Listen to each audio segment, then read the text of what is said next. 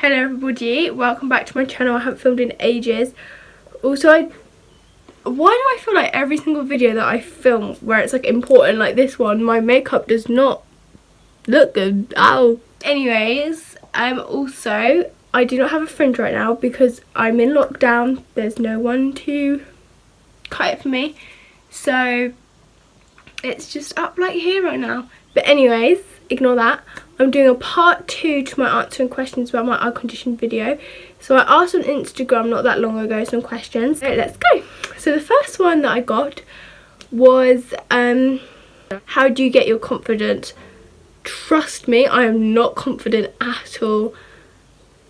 But I feel like if I pretend I'm confident or like try and act as confident as I can, I feel like I'm more confident, do you know what I mean?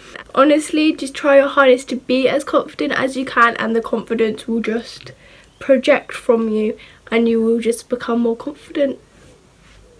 That's just how it be.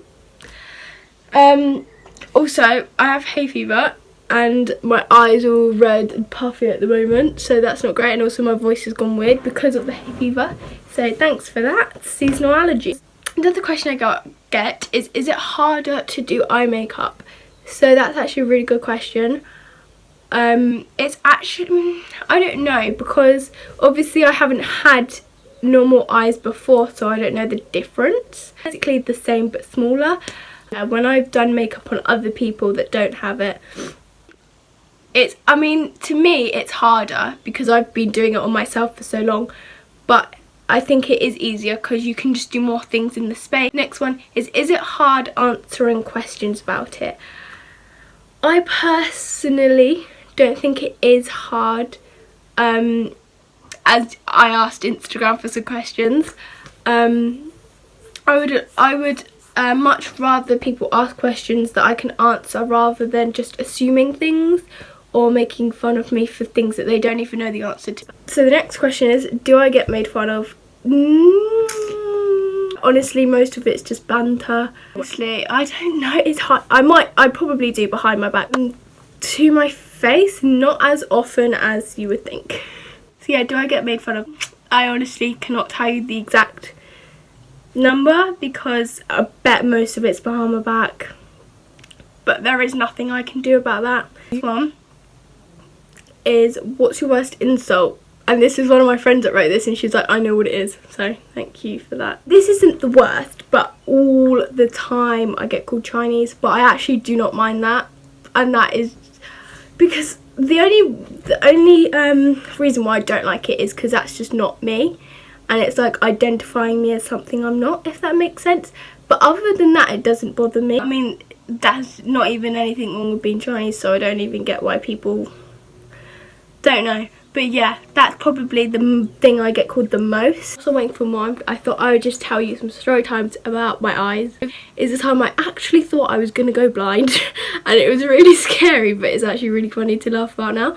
So basically I was at school and me and my friends are like, well, my friends are crazy. No, joking, I'm crazy as well, but it's okay. And one thing that they used to do before this coronavirus started and we couldn't waste hand sanitizer, they would throw hand sanitizer at people, well, our friends, not random people. And I was walking through and they threw it at me, not obviously looking and noticing that it went in my eye. And there was one particular friend that did it, but I forgive them, it's all good, I'm not going to name drop them. And it went in my eye and I couldn't see out of my eye and it was really scary. And I was walking down the stairs like this, and one of my friends like squirted water in my eye to try and get it out, but it was really scary and it was like really stressful. And I actually went to the nurse and don't know why. Well, my English teacher told me to go to see the nurse because I was like sat there like can't see, because I actually couldn't see and it was actually very scary, but it's actually really funny to laugh about now. For some reason, the amount of times I get something in my eye or get poked in the eye by my friends is crazy. Like, for some reason, it's always me. And I'm like, why is it always me that gets poked in the eye? It just always is me that gets poked in the eye for some reason. But whatever. It's all an accident. It's all good. We're fine. So I'm going to give you another story time, which isn't recent, about eyes, and it's my eye operation that I got when I was like 5. I remember it. I remember certain bits of it really vividly, and I thought instead of just doing a Q&A, I'll just explain about that as well. So yeah, I was like 5 or something, and basically they had to put a butterfly clip or butterfly something arm to get me to go to sleep for the operation. I remember getting that done because I was sat with my dad and I was really actually scared. And then I woke up and I had bandages on my eyes, but because the doctors didn't tell my parents, so my parents didn't tell me, so I just woke up not being able to see, and it was actually very scary. I'll try and insert pictures somewhere. It was scary, oh my god. And I remember I got loads of ice cream, which is good, and it's actually my favourite food, and I don't know if it was back then, but it definitely is now. So another question I'm going to answer is the difference between the cosmetic surgeries and the actual ones that help your vision. So the one where it like pushes in right there, that's cosmetic. It doesn't help my eyesight, it doesn't help. So that one where it pinches in right there, that is cosmetic. The first 2 surgeries that I got were to help my eyesight because I had to like look all the way up to be able to see. Obviously I don't remember, I was like 14 months or something like that, but I basically could not see unless I looked all the way up because of the way that my skin was around my eyeballs. Family members, so my mum doesn't have it, neither does my dad, neither does my little sister. When my mum was pregnant with my little sister, they were told that she could have it, but she doesn't, so it's kind of sad because, you know, having a little sister would just be so fun. But Hannah here to film this video with me like she did in the first one. It's just less awkward and it's just more fun, but she can't come here because of isolation. But I do want to do like a part 3 or like a story time or just some sort of video to do with it with my cousin again.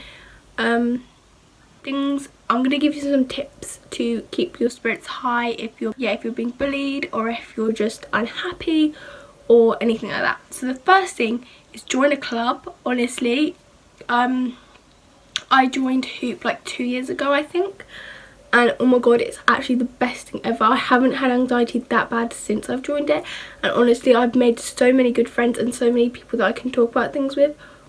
Honestly, that club and the people there have like got me through so much. So join a club, doesn't really matter what it is. Another thing is have really good friends. Honestly, my friends have supported me through everything. Yeah, clubs, friends, seeing your friends as much as possible. You forget about all your troubles. Find a hobby that you really like, even if it's not a club. So you can paint. I'm not a good painter, but I've tried.